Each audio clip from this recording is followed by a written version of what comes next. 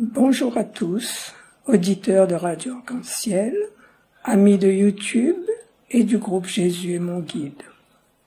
C'est Luce avec vous, accompagnée de Néline, une amie, qui se feront une joie de vous présenter cette séquence. J'accueille Néline. Bonjour Néline. Bonjour Luce, bonjour à l'équipe de Jésus et mon guide et à toute l'équipe de Radio Arc-en-Ciel et aux auditeurs. Donc je suis très contente de participer à cette séquence et d'être parmi vous. Merci de l'accueil. Nous sommes aujourd'hui le 24 mars 2021. Nous fêtons Sainte Catherine de Suède.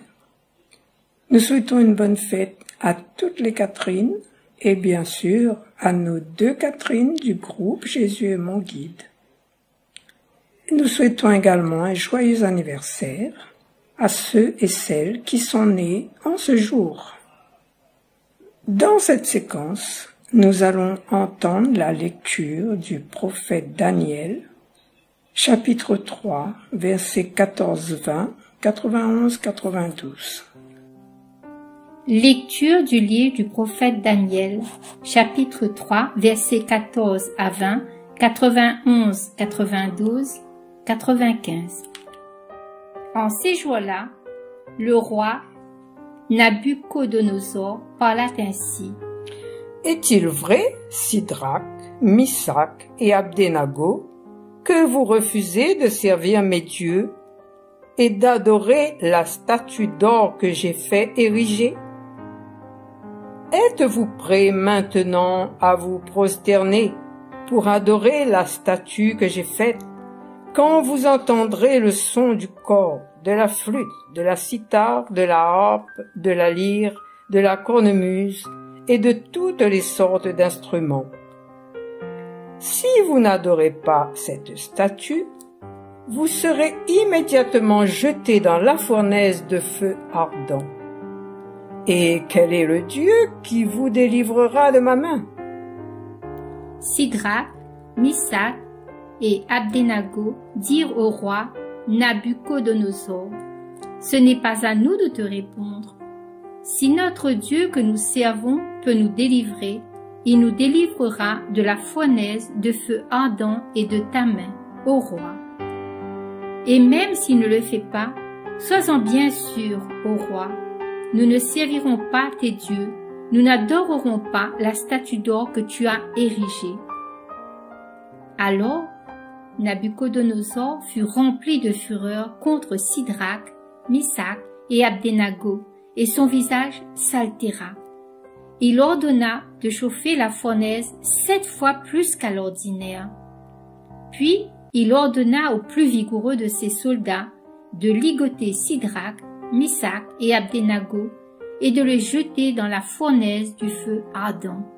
Le roi Nabuchodonosor les entendit chanter. Stupéfait, il se leva précipitamment et dit à ses conseillers, « Nous avons bien jeté 3 hommes, ligotés au milieu du feu. » Ils répondirent, « Assurément, ô roi. » Il reprit, « Eh bien moi, je vois 4 hommes qui se promènent librement au milieu du feu. Ils sont parfaitement indemnes. Et le 4e ressemble à un être divin. » Et Nabuchodonosor s'écria, « Béni soit le Dieu de Sidrac, Misac et Abdenago, qui a envoyé son ange et délivré ses serviteurs. Ils ont mis leur confiance en lui, et ils ont désobéi à l'ordre du roi. Ils ont livré leur corps plutôt que de servir et d'adorer un autre Dieu que leur Dieu. » Parole du Seigneur. Nous rendons grâce à Dieu. Que pouvons-nous dire sur cette lecture de Daniel? Un petit rappel des versets précédents pour bien comprendre cette lecture. Le roi Nabuchodonosor voulut défier Dieu et fit dresser une haute et large statue d'or dans la plaine de Doura, de la province de Babylone. Il appela les notables, les gouverneurs et tous les chefs des provinces à se rassembler pour l'inauguration. Ce jour venu, alors que tous se tenaient debout devant la statue, un messager du roi cria d'une voix forte. « Hommes de toute race, nation et langue, écoutez. Lorsque vous entendrez le son de la trompette, du cor, de la cithare, de la flûte et de toutes sortes d'instruments, vous tomberez la face contre terre et vous adorerez la statue d'or qu'a dressée le roi Nabuchodonosor. Celui qui ne tombera pas la face contre terre et n'adorera pas sera jeté à l'instant même dans une fournaise de feu ardent. » En effet, les Assyriens avaient l'habitude de brûler vifs ceux qui étaient en rébellion, et donc, menacés par le roi d'être brûlés vifs s'ils ne reniaient pas leur Dieu, des martyrs d'Israël ont préféré le supplice à l'apostasie. Les Juifs ne se reconnaissent en effet aucun autre maître que le Dieu unique. C'est le privilège de leur naissance. Et s'ils ont été libérés de la servitude d'Égypte, c'est pour se mettre au service du Seigneur en étant fidèles à la loi de l'Alliance. Ils ne dépendent donc que de Dieu seul. Ils ne sont les esclaves de personne. Le Seigneur nous appelle à la fidélité. Daniel lui-même, au lieu de désobéir à Dieu, avait préféré être jeté dans la cage aux lions. Le Seigneur l'a sauvé. Nous ne devons pas craindre les menaces de nos ennemis et devons rester confiants que notre Dieu est toujours avec nous quand nous demeurons fidèles à sa parole. Si vous demeurez fidèles à ma parole, vous êtes vraiment mes disciples. Alors, vous connaîtrez la vérité, et la vérité vous rendra libre, nous rappelle Saint Jean, au chapitre 8, versets 31-32. Et voilà donc qu'ici, dans ce texte, Sidrac, Misach et Abdenago, qui ont refusé d'adorer cette statue, ont été dénoncés, arrêtés et condamnés à périr dans la fournaise du feu ardent. Mais rassurons-nous, car ils s'en sortiront indemnes. En effet, l'ange du Seigneur était descendu dans la fournaise avec Sidrac et ses compagnons, et il écartait de la fournaise la flamme de feu.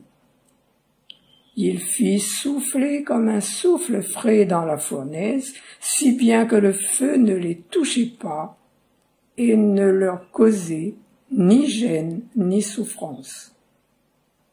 Alors, tous les trois, d'un seul cœur, se mirent à chanter, à glorifier et à bénir Dieu du fond de la fournaise, en reprenant les paroles du cantique de Daniel, qui sera notre psaume du jour. Ce chapitre nous montre ce que le fidèle doit faire, ce que Satan peut faire, mais aussi ce que Dieu fait. Ne crains pas, je serai avec toi. Quand tu marcheras dans le feu, tu ne seras pas brûlé, et la flamme ne te consumera pas. C'était la promesse faite en Ésaïe, au chapitre 43, versets 1 et 2. Aux résidus fidèles à Dieu. Je ne suis pas venu abolir la loi, mais l'accomplir, disait Jésus. Et Dieu va l'accomplir déjà ici. jetés dans la fournaise, non seulement les 3 hommes n'en subissent aucun mal, mais ils y font une merveilleuse rencontre. Dans leur compagnon mystérieux d'un moment, nous n'avons pas de peine à reconnaître le Fils de Dieu. Nabuchodonosor lui-même va apporter des précisions sur ce 4e personnage qu'il voit, qui ressemble, dira-t-il, à un être divin. Oui, le creuset de l'épreuve est un lieu de rendez-vous du Seigneur avec les siens, bien que lui-même ait été seul sur la croix. Alors que le feu anéantit les hommes chargés de précipiter les condamnés dans le brasier, ni ceci, ni rien de ce qui leur appartient n'est même effleuré par l'odeur du feu. Une seule chose est consumée dans la fournaise, ce sont les liens dont on les avait entravés. Je vois 4 hommes parfaitement indemnes qui se promènent librement au milieu du feu, dit le roi Nabuchodonosor. N'est-ce pas là souvent le résultat de l'épreuve pour le chrétien? L'épreuve par la main de Dieu débarrasse le chrétien de telle ou telle attache dans le monde, dont le monde l'avait enlacé. Et elle lui permet de marcher librement dans la compagnie du Seigneur Jésus. La fureur du roi Nabuchodonosor a fait place à la consternation. Ces jeunes témoins ont su, en exposant leur vie, lui démontrer la réalité de leur foi et lui rendre leur Dieu visible.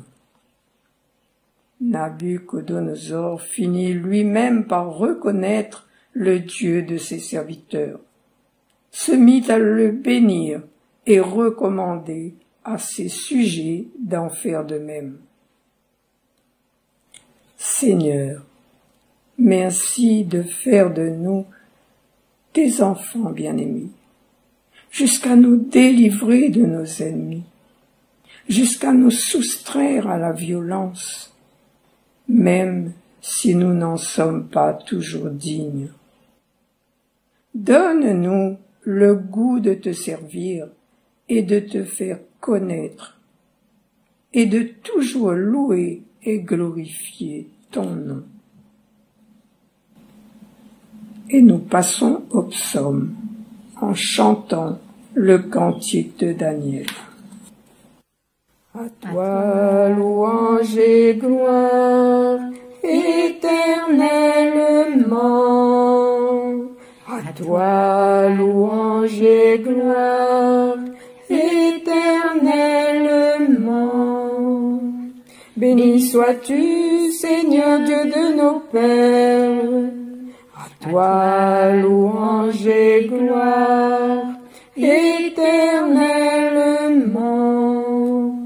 Béni soit le nom très saint de ta gloire.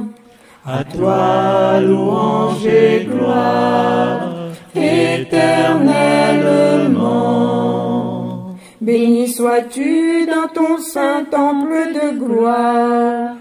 À toi louange et gloire éternellement. Béni sois-tu sur le trône de ton règne. À toi louange et gloire éternellement.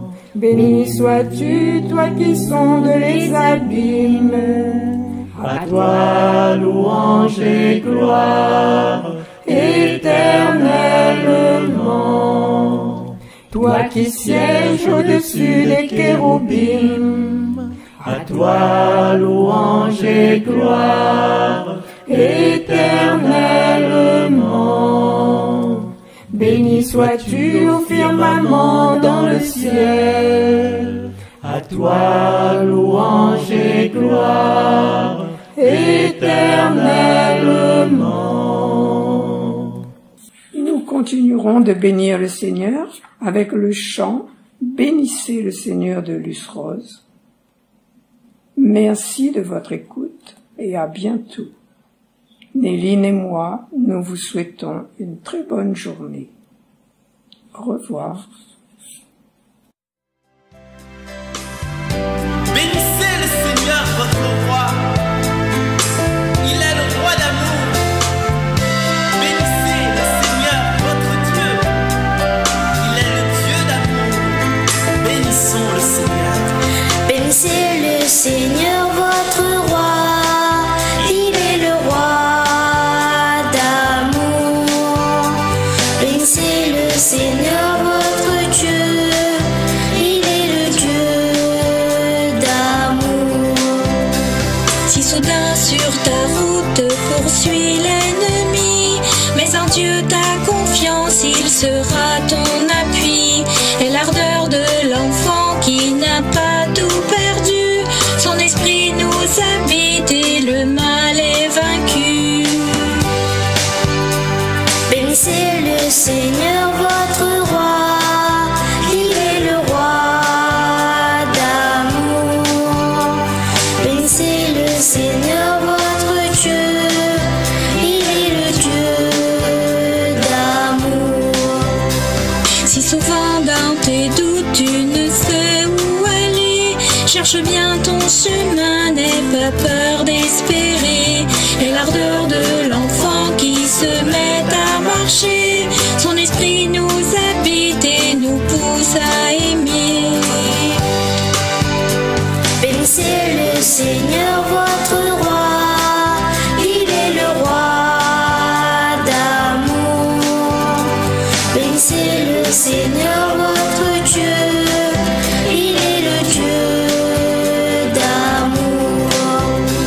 Si souvent dans tes pleurs l'avenir te fait peur, offre-lui tes chagrins, fais de lui ta demeure. Et l'ardeur de l'enfant qui ne tombe jamais, son esprit nous habite et nous offre la paix. Bénissez le Seigneur votre roi. Il est le roi d'amour. Bénissez le Seigneur votre Dieu. Il est le Dieu d'amour. Si souvent dans la joie tu as pu pardonner, quand la force et l'espoir t'ont été redonnés, et l'ardeur de l'enfant qui aime remercier, son esprit nous habite et nous aime à jamais. Bénissez le Seigneur votre roi. Il est le roi d'amour. Bénissez le Seigneur votre Dieu. Il est le Dieu d'amour. Bénissez le Seigneur votre